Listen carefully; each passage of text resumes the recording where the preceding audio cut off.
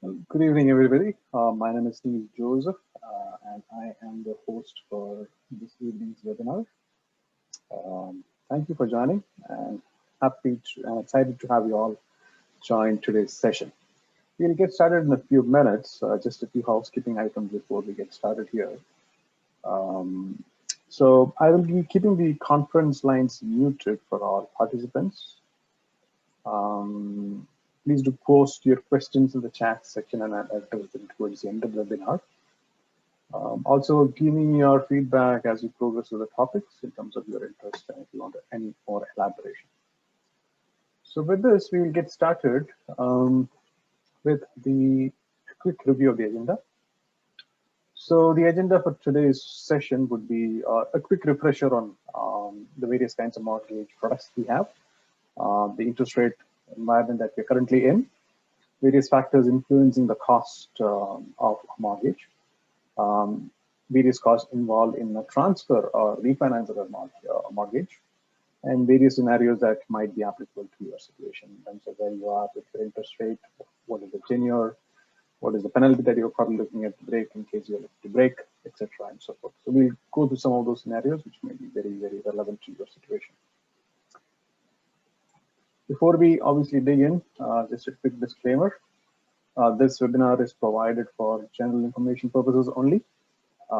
You should not take an action, or I would not recommend that you take an action just based on the material that has been addressed in this webinar.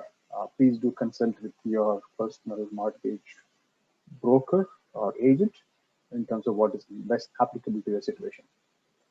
If you are my client, of course, you can always approach me and I will help you figure out the best option for your situation. Before we get started, a bit about myself. As I said, my name is Neil Joseph. I am a licensed mortgage agent. I have a website by the name of yourhomemortgage.ca, and I am officially under Mortgage Alliance, which is a brokerage, specifically a team called the Investors Group. Okay, so without further ado, I will get started here. Okay, so let's have a quick review of what the various mortgage products are.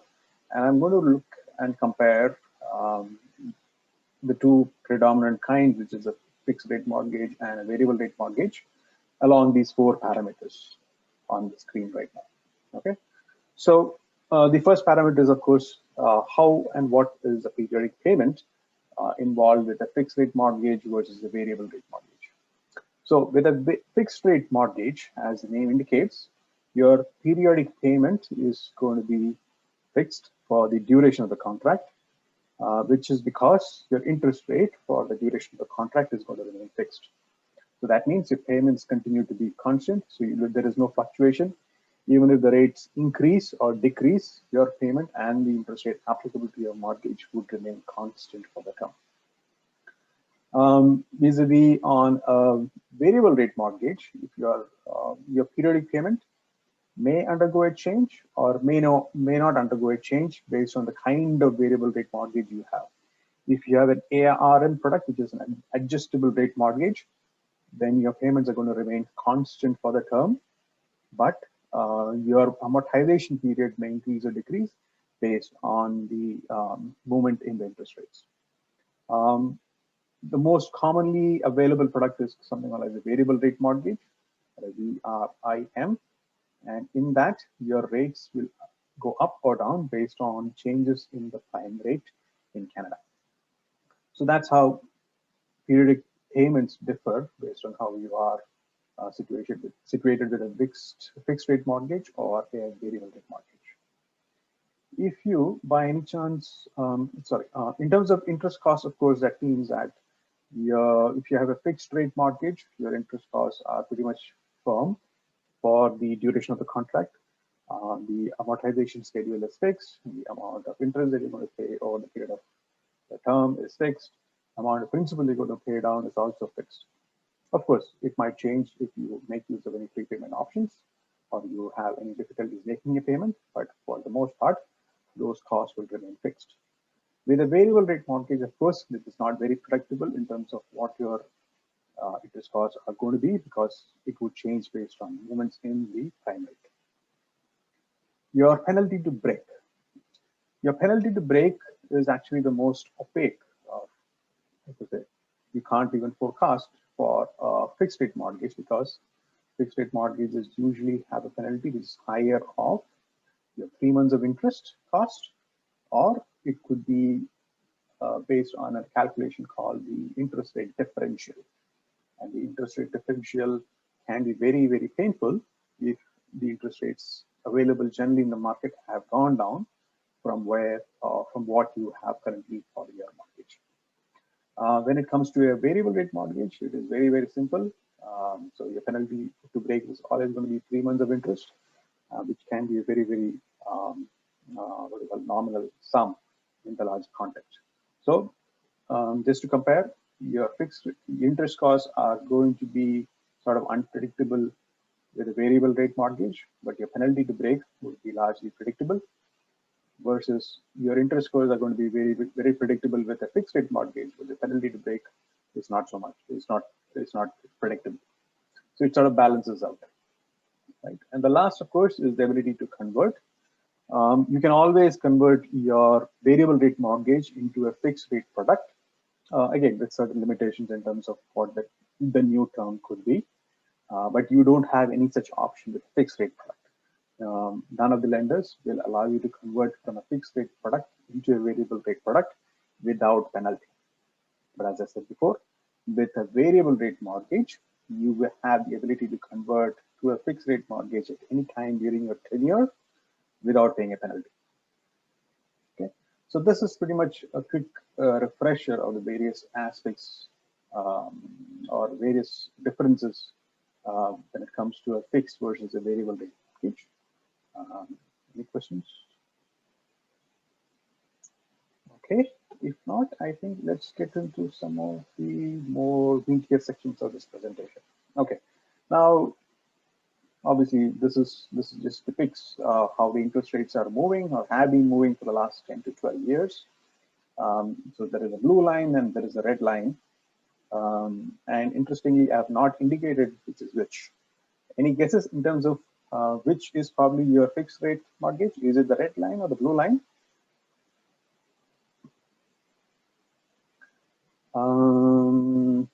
Any responses? Let me look in the chat section. Okay, I think somebody's got it right. The blue line is in fact your fixed rate mortgage. So if you look at the trend, the blue line has always remained, for the most part, above the red line, which means the interest rates available in the market for a fixed rate mortgage have always been higher than what were available for the variable rate product at that point in time. Again, there have been only very, very few instances like this portion over here in 2019 where the variable rates were higher than fixed rates, and probably a bit over here where there was some transition, a large scale transition happening. But for the large part, your fixed rate mortgages have always had a higher value than variable rate mortgages, which means variable rate mortgages have in fact saved money for people who have who did take them. Now, interestingly, based on the latest MPC report, which is the Mortgage Professionals Canada report for 2020, it seems 77% of the borrowers took a fixed rate product, and I think it's not very, very difficult to understand why so, because fixed rate product is sort of hyped up by the media. It is sold by all the lenders and the mortgage agents because, well, by the lenders for sure, because it's obviously, I guess, gives them bigger profit margin. Brokers probably push that product.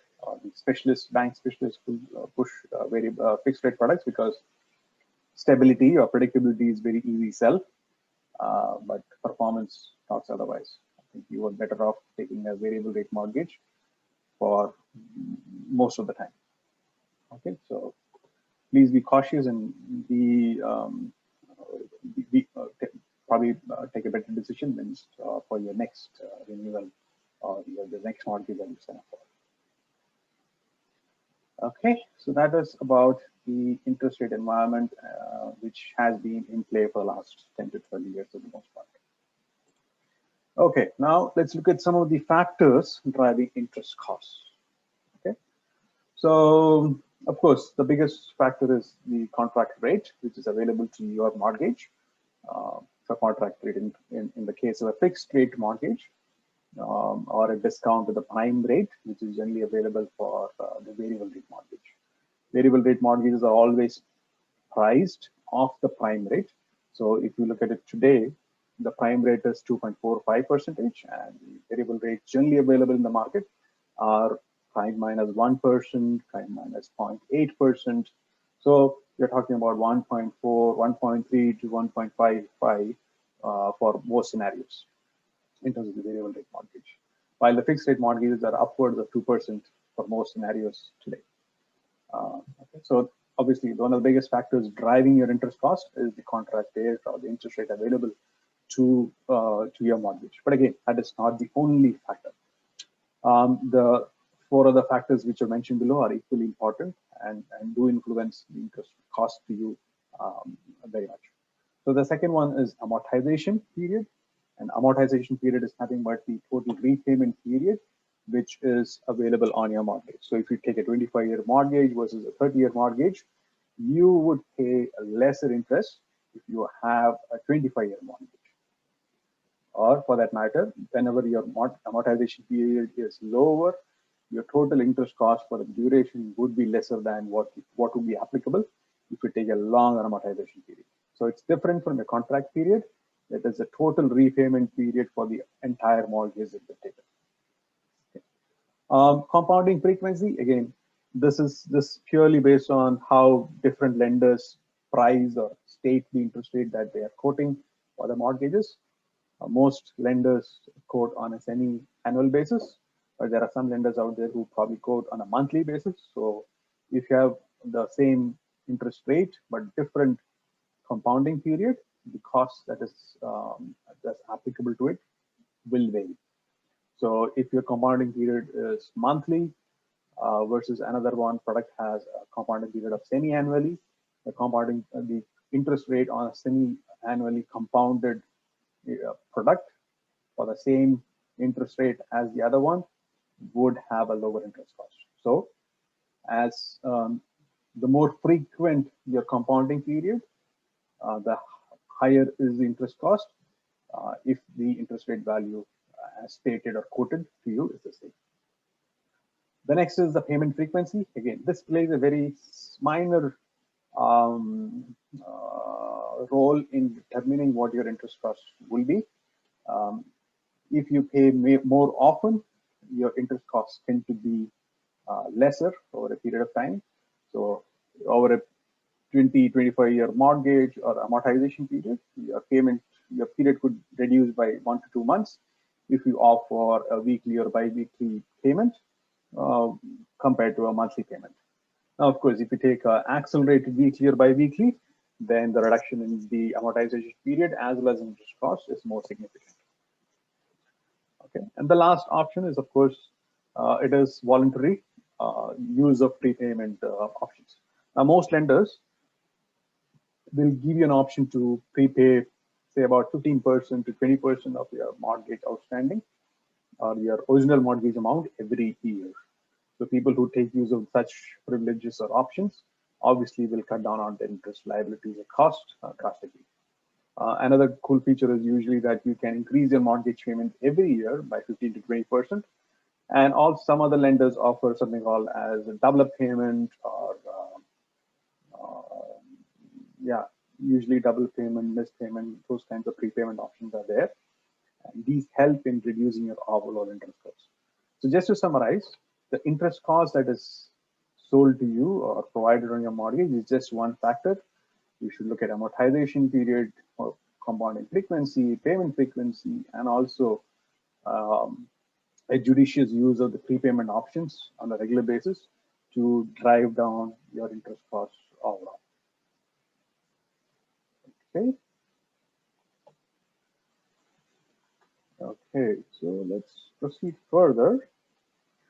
Now you might ask as to what are the typical costs involved in a transfer or a refinance of a mortgage, right? Now everybody is aware when you actually buy a property, you obviously have some closing costs, you have legal payments, you have land transfer tax. Now you might wonder as to which all of that is applicable when you are looking to maybe transfer your mortgage at the end of the term or during the term, or maybe even refinance your mortgage at some point, right? So mention on the screen some of the key costs which are involved with any of these transactions. So first up is legal cost. Uh, Now, whenever you change lenders, of course, your title has to be updated to denote as to which lender is carrying the charge for the mortgage. So a legal cost is generally involved with any kind of transaction. Now, the good part is for most transfers, be it collateral charge mortgages or standard charge mortgages, there are lenders out there who would cover the cost of the transfer, meaning they will cover the cost of the legal exercise which needs to happen to transfer over the mortgage, right? So on a typical transfer, this cost is not applicable to you. Appraisal cost is basically once whenever you're wanting to transfer, obviously the lender might be interested in knowing what the latest value of the property is, and that is determined by means of an appraisal.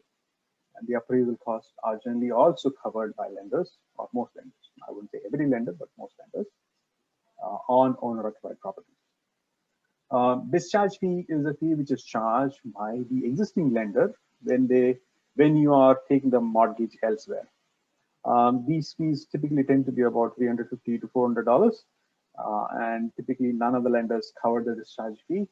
So this becomes probably a cost that you would have to bear whenever you're looking to transfer or refinance a mortgage. Penalty is applicable whenever you're trying to transfer a mortgage during the term of the mortgage.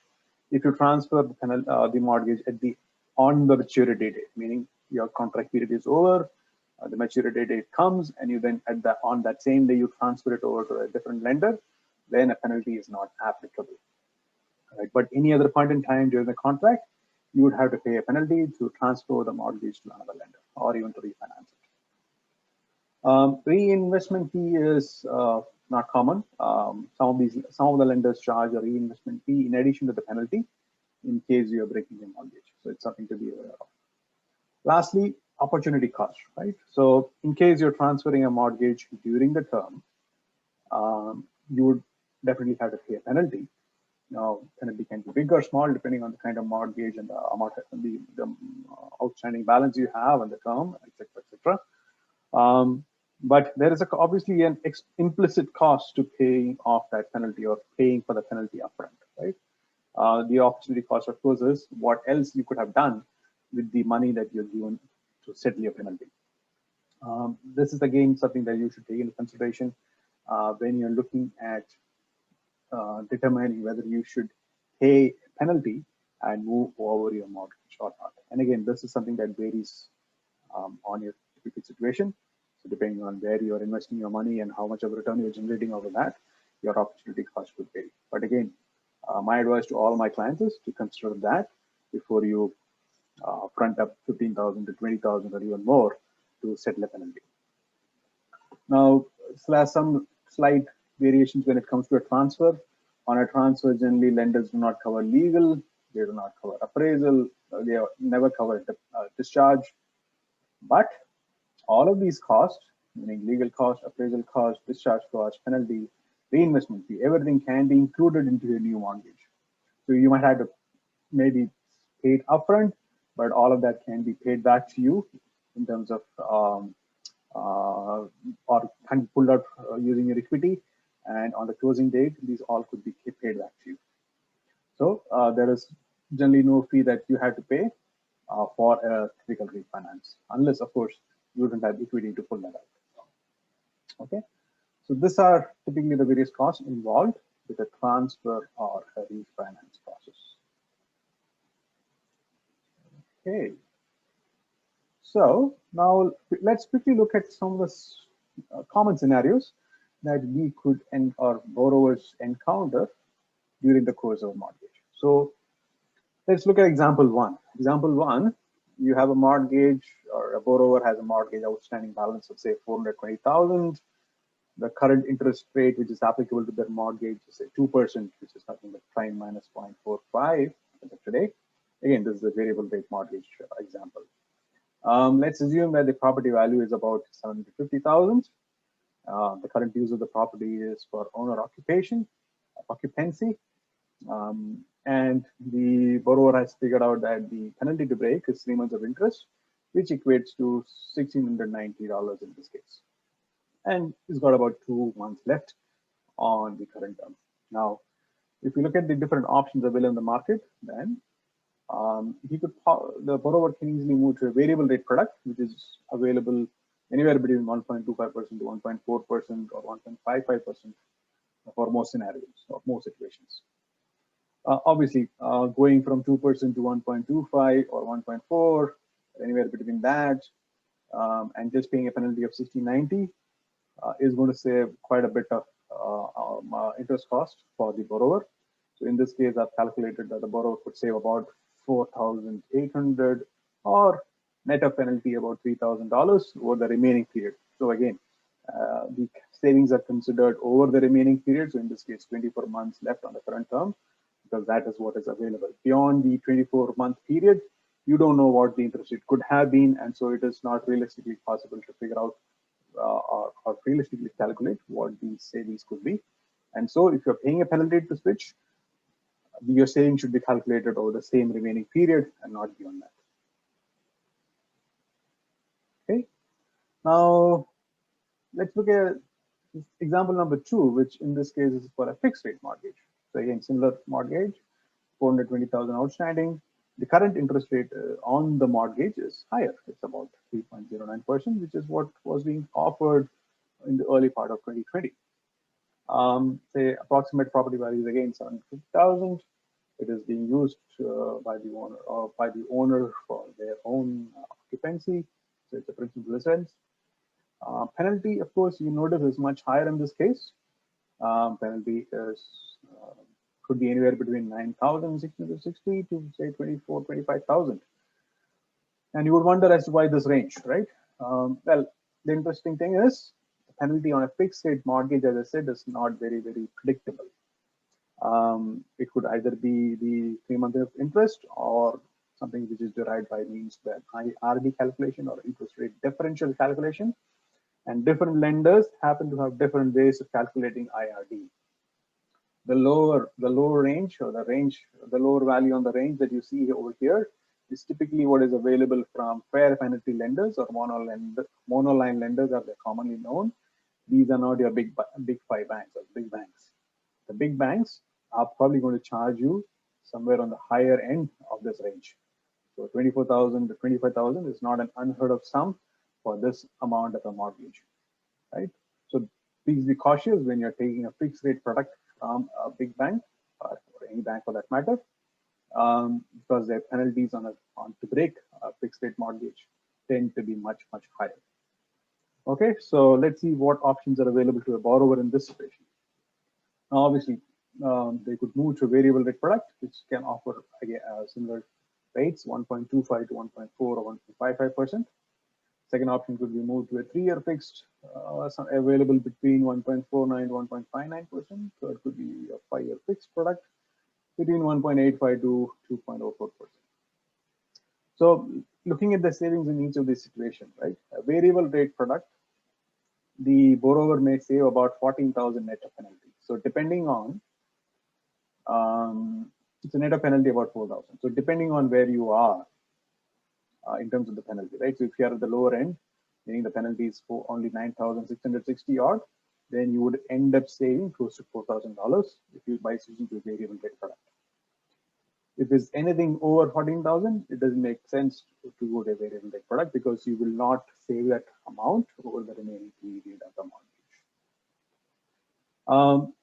If you look at the next two options, going to a 3-year fixed or a 5-year fixed, in this situation, given the higher penalty to break, these options are not meaningful because the borrower will not break even on the penalty being paid. They would end up, in fact, paying more as interest and penalty over the remaining period. So they are better off remaining on a higher interest mortgage and just complete their term, or wait for the rates to go in fact higher, which reduces the penalty. So again, as the rates go up, anyway, that savings also come down. So it may not be beneficial to move at all.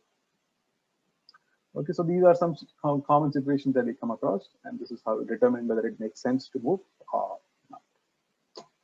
Now, there could be few other scenarios as well associated with such a mortgage. So, as I said, the penalty to break could be very, very high. So if you're talking about 15,000, 20,000, or any sum which seems high to you, then it may not be worthwhile transferring a mortgage to a different interest rate, even if much lower, because the penalty will not make up for these, or savings will not make up for the penalty that is to be paid.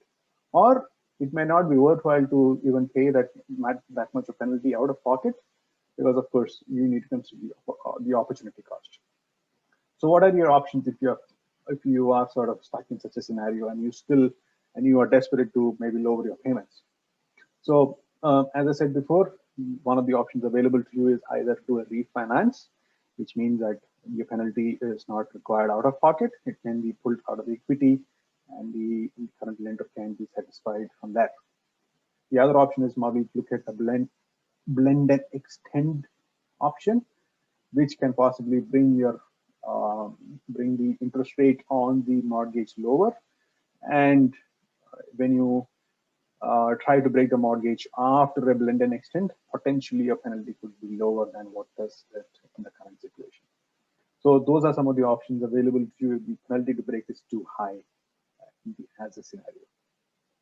Some of the other situations could be you have other high cost debts, like maybe let's say student loan or car loan or credit card debts. Credit card debts for sure much higher cost than a mortgage or a car loan typically. So if you have such debts outstanding, it is highly recommended that you consolidate, meaning pay off those debts using the equity from your home and take a lower cost debt, which is a mortgage debt.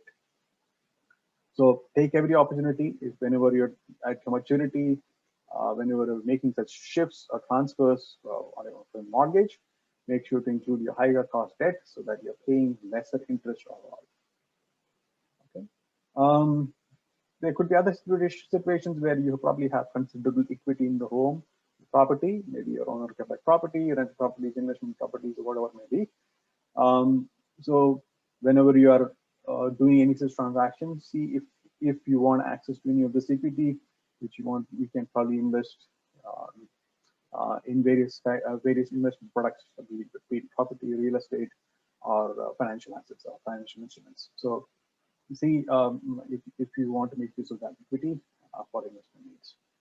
Of course, there could be other situations where you want to lower your payments. The monthly payments that are currently due on the mortgage is too high and you're not able to keep up with those, it doesn't fit in your budget.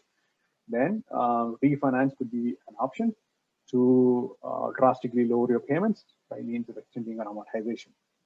Or even a transfer from a high rate interest rate product to a low rate interest rate product could mean that you can lower your payments, maybe, but maybe they are not drastic enough. So depending on your need, you have various options to consider. Now, there is one situation wherein if you bought your house before November of 2016, then a certain different set of rules are applicable to your situation for a transfer, not for a refinance, for a transfer. So for a transfer, if you are bought before November of 2016, then benchmark rules do not apply to your situation. So it might be much easier to qualify than if you had bought a house after November 2016. Again, if you're up for renewal, the maturity date is nearing, maybe in the next month and a half or so, then you should be considering various options in terms of what you want to renew into your mortgage into. Do you want to renew into a fixed rate product, variable rate product? So please discuss with your mortgage advisor, agent, broker, whoever that may be, to see as to what is best for your situation. Okay, so these are the various situations, those scenarios that generally people come across. And as I said, there are various options available to you in case you want to explore them. I think this is pretty much the agenda that I had for today's webinar. Of course, if you have any questions, please let me know. Let me check. Let me check the chat section to see if there are any questions. Okay. So yeah, I think we are at the end of the webinar. As usual, there are various free resources available on my website or my Facebook page. So feel free to check them out. Or if you want to follow me over there, or in case you want to reach out and seek any consultation, I'm reachable at these numbers. So 647-904-5557 or njoseph@mortgagealliance.com. Okay. So thank you again for coming today, and meet you again soon.